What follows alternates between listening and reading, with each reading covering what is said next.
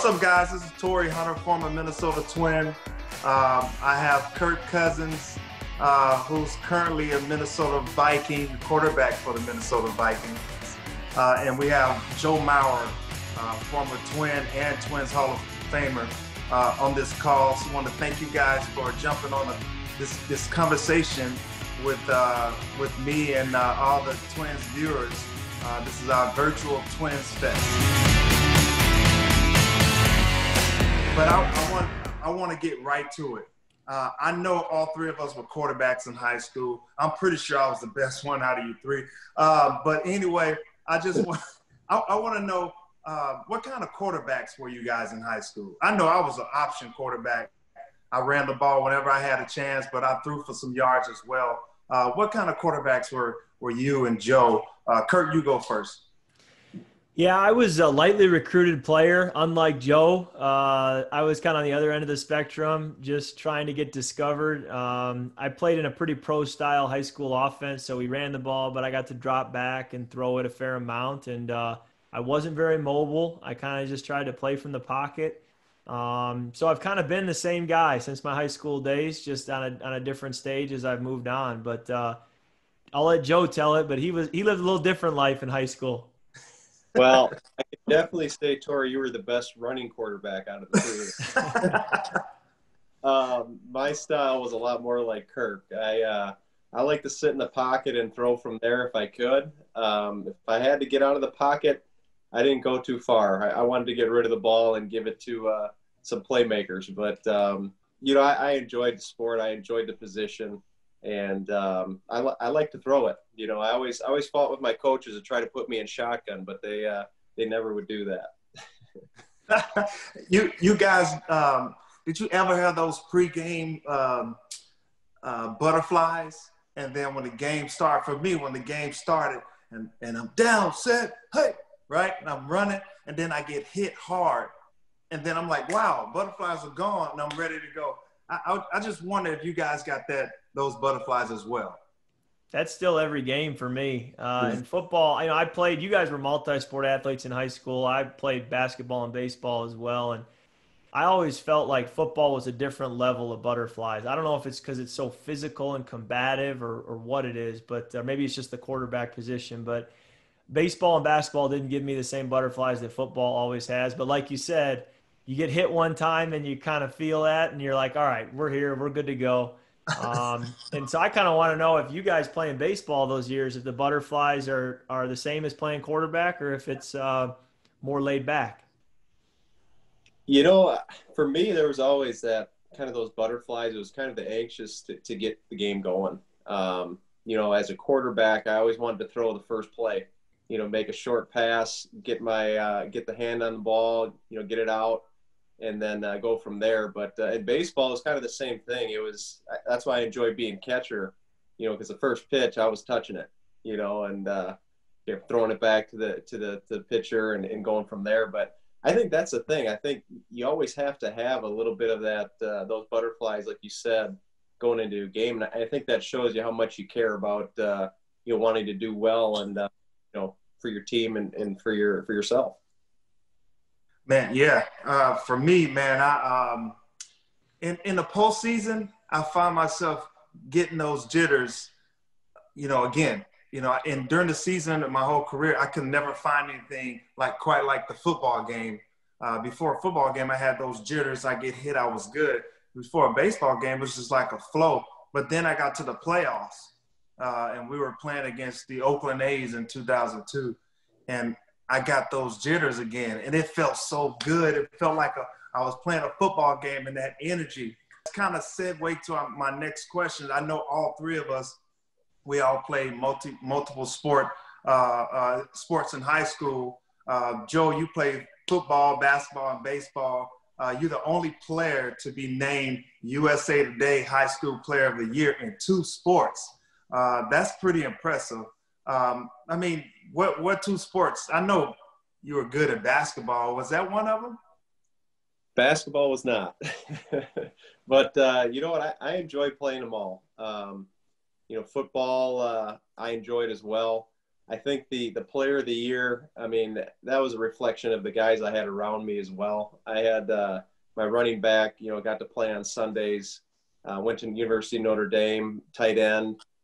Basically, 3 guys on my high school football team all have a Super Bowl ring, or 2 guys do, Ryan Harris and Marcus Freeman. So I had weapons around me, and like I said, I tried to get the ball out and get it to them and let them do their thing. But I really enjoyed it myself.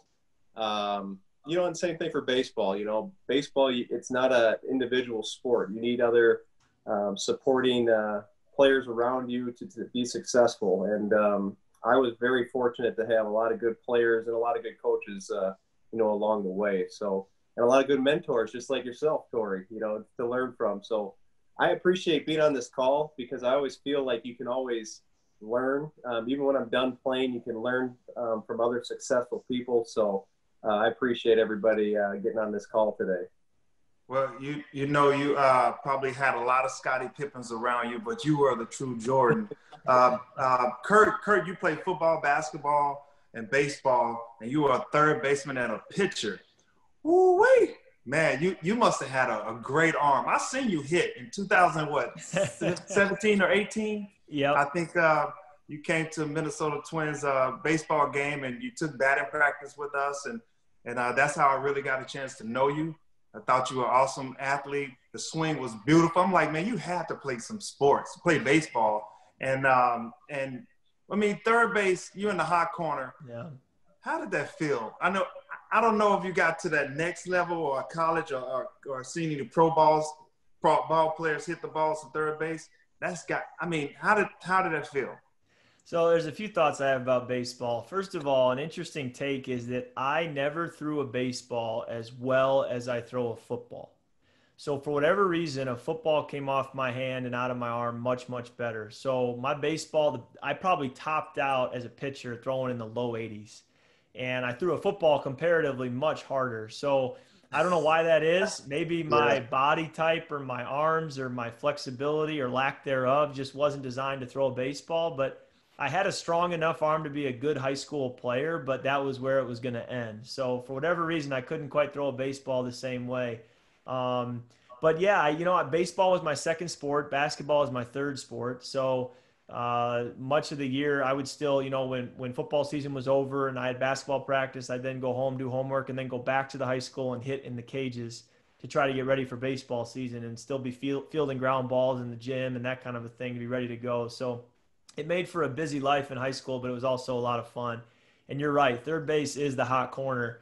And even in high school, it was a hot corner. And those high school fields aren't manicured quite as well as the major league fields are. So the bounces you get at third base can be pretty tricky too on those high school fields. So that made an interesting challenge. But I liked it. I liked kind of being there right there at third base in the action, and I had a lot of fun playing high school ball. I have that's a good one, because I can kind of go into this next question. How did being a multiple player in high school, how did that help you develop in your skills? Just playing all these different sports, did it help you? I think it helped me a lot to play multiple sports, and I noticed it even more when I went to Michigan State and obviously only played one sport. I was able to look back and see the difference that playing so many sports throughout the year made for me. First of all, it kept me from doing a repetitive pattern over and over and over. So I think it kind of kept me away from any specific injury from an overuse standpoint. And also just kind of helped me to develop all kinds of skill sets that I could then use later on in football. So I'm grateful I got to do it, but I went to a pretty small high school. So the competition to play third base and the competition to be the point guard wasn't quite as tough as it might be at a bigger high school. So I kind of lucked out from that standpoint. I bet if I went to a really big high school, I probably would have been the quarterback, and that would have been about it. Joe? Yeah, well, I think Kirk's absolutely right. I think the other sports helped me become a better baseball player, just overall a better athlete. You're put in a lot of different situations on a basketball court, on a football field, and then, translating to baseball. And Torii, as well as anybody, that ball can do funny things and put you in different positions to go get it. And, I think being that basketball player, being that football player with different footwork definitely helped me out. And same thing for me as a catcher. You don't know where that ball is going to go, and you just try to keep it in front of you and catch it and do the best you can. But I think I agree with Kurt too. It kept things fresh for me. It wasn't just one thing as a kid growing up trying to master. And I think I had during the summer, I had a good kind of plan. During the summer, it was baseball season, and that's what I focused on. And if I had extra time, I'd go throw a football or whatever. But I focused on that sport, and then it kind of chopped up the year and also gave me other things to be competitive at with my friends. So I enjoyed it a lot. Torii, I got a question for you.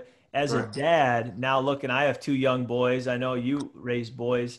What was that like as far as encouraging them to play certain sports, kind of trying to discover what they're naturally good at, and then how to kind of steer them in that direction? What was that journey like as an athlete yourself and trying to show your kids what it's like to be an athlete? Man, it's crazy because I was trying my best not to force that. Me being an athlete and a dad, it was tough for me to kind of not force those things on them. But I knew I played multiple sports, and I wanted them to play multiple sports and learn different life lessons in each one. I thought football taught me how to be tough. I thought basketball taught me how to pass and be a team player. I thought baseball taught me about failure and bouncing back and making an adjustment in 30 minutes. So it just, different sports teaches you different things, and that's something that I wanted my sons to kind of take on. I wanted them to play multiple sports. I didn't want them to sit and just play baseball all year round or football all year round. We went to multiple sports just to learn different things, and I think that helped me along the way. I never forced it. I found myself sometimes like, man, you got to do this. This is how you work hard. But I learned when they got into junior high and high school, they watched me. They watched me get up at 5:30 in the morning to train, to work out in junior high, and they watched me eat right and do all these things. And then before you know it, in high school, my son's their junior year. It's like, can you get us a trainer? We want to get up and go to the trainer at 6 a.m. and then go to school at 7:30 for football practice, basketball, and baseball. I'm like, whoa, these kids are serious, but they watch everything us fathers do. They don't really go by what you say and force on them. They only go by what you do. And so I knew that they were watching when they got into high school. So if I could tell you, me being the experienced father on here, if I could tell you guys, they watch everything you do and less about what you say. Yeah, that's really good. Point. That's a great point. I got to ask Torii, I got to ask this question because your kids are a little older than ours. So when did the driveway basketball game competition start? Dad's up here, and then, the sons start kind of challenging dad a little bit. How do you do that? That's your whole life, Joe. I know how competitive you are, and I'm sure the boys are just the same, but I just had to ask about that. Hey, Kurt, I know you got Cooper and Turner. You have 2 boys as well. I can tell you guys, and you got Chip, Joe, and your twins. I know they're tough and very athletic as well. But I got to tell you guys, man, these guys never stop. Since they were young, they've been after me. They gang up on me. They're 27, 26, 25, and they still after me. And we can go back here and shoot on a basketball goal. They want to play horse, and they want to keep playing till they win. And I never let them win. They're amazed that I'm 45 and I still got game. Yeah. What do you think? Where do you think you got it from? Right. Sometimes you do smarter things, and I don't have to work harder. See, they still working hard. Now I play smarter. So yeah, it never stops in cards and video games. You go outside, they want to race you. Of course you're gonna beat me. You're like 20. I'm 70. I always say baseball is life, life is baseball, but I would have to say sports is life, and life is sports. We got a whole bunch of lessons that we've learned throughout our careers. And if you were talking to your kids or younger siblings, or even, just fans if you had a message and you summed it all up of your career, what would be some of the pros and cons that you would tell these kids? Well, I know for me, I want my kids to learn through sports the way I did. And many times you're learning more from failure and adversity than you are from success. So while I want to see my kids be successful, I also do want to see them struggle and strive in what they're doing and to strain and to have it not come easy. I think that's a good, healthy thing. And I want to remind them the same way I was reminded so many times and still am to this day, that tough times don't last, but tough people do. And I think sports really hits that home more than other endeavors sometimes. And so I love the fact that my boys will be able to hopefully, get around athletics and get tested a little bit and be able to tell them, hey, tough times don't last, tough people do. And you got a decision to choose to be a tough person. And so I look forward to kind of journeying through that with them. That's a great answer, Kirk. I think that's the thing. Sports can teach you so many things about life in itself. And, and I think that's the balance. There is a lot of failure in sports and in baseball in particular, but you want them to have some success, but also to learn from their failures. And I think sometimes we all can get lost a little bit that, sports can definitely teach some valuable life lessons, and we can learn from and be stronger and better people moving forward. So I'm looking forward to this past fall I was the girls' assistant soccer coach. So it was a lot of fun for me to kind of get there and to kind of introduce them to team sports and to introduce them to different challenges. And I look forward to that journey, moving forward as well. Well, Torii, I got to ask you about this because, obviously we learned so much and we've had our careers and now we're transitioning into other things. I want to bring up the topic of you and your businesses, because you've learned so many different things as an athlete, being around different people and players and coaches, and obviously us having the opportunity to meet other successful people in other, in other sports or business. What are some of the things that you've learned to help you with your new businesses, and how about managing people? Because I know that you own a couple different businesses. So I'd love to hear your perspective on that. Man, it's amazing because I know you own business. I'm pretty sure Kirk does too. Man, it's amazing because sports has given me a chance to get in rooms with people that you rarely can get in rooms with. I'm able to have those conversations with people about how to start a business, what books to read, what courses I need to take to kind of advance the business, and also help me get through some of these wolves that are out here and having rough times, and learning from different things. But just being able to get in rooms with the people I've met and the relationships I've built because of the game of Major League Baseball. And just another thing is about team, right? I know I can't be the pitcher or the head guy all the time, the smartest guy in the room. Me, I get a shortstop, which is my CFO.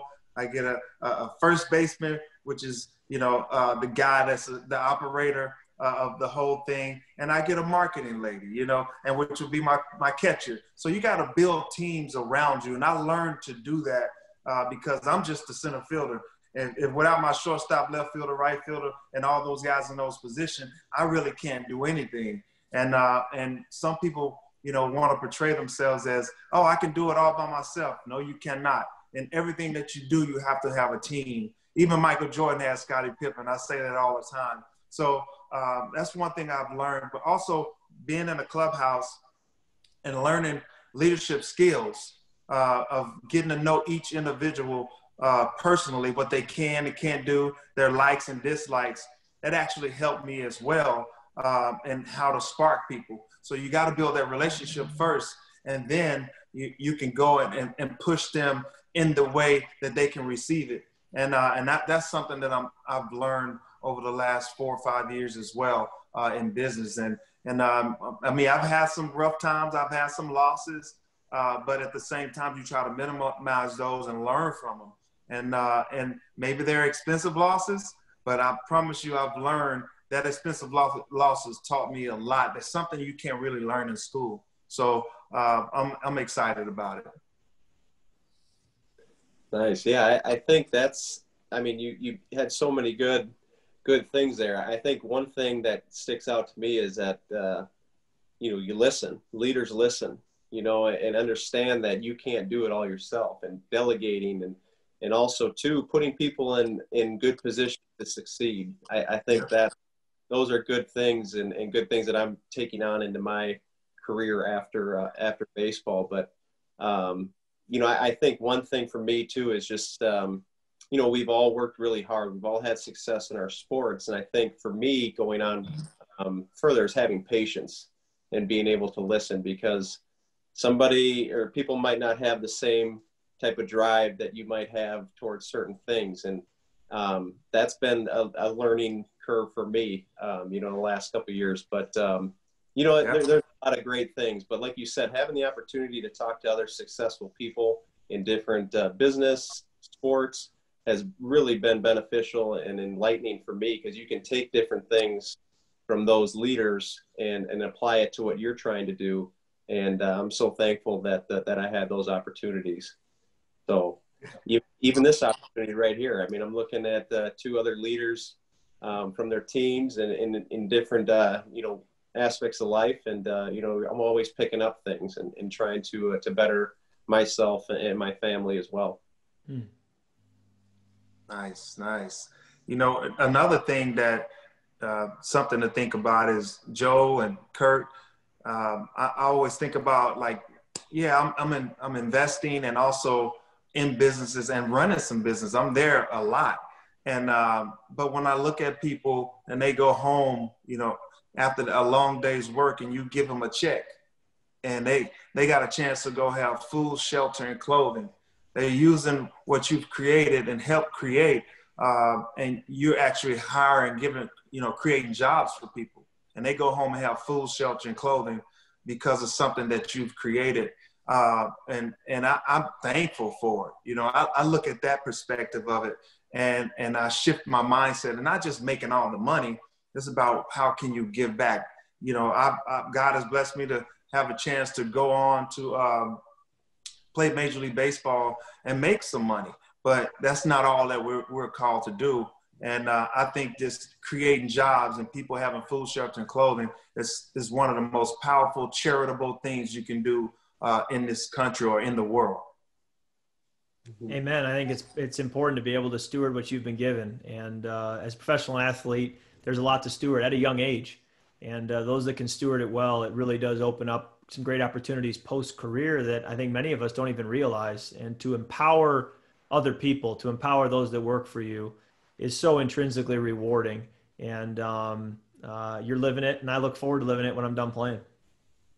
Nice. It's a lot of fun, man. It's definitely a blessing. It feels good when you can do something like that for people, and you just got to continue to grow and learn and accept failure, like we always do in our life right now. So, and that's one of the reasons why I love the sports, period, and not just the game of baseball, because all the lessons that you learn that you can apply to your everyday life, and that's what's exciting about it.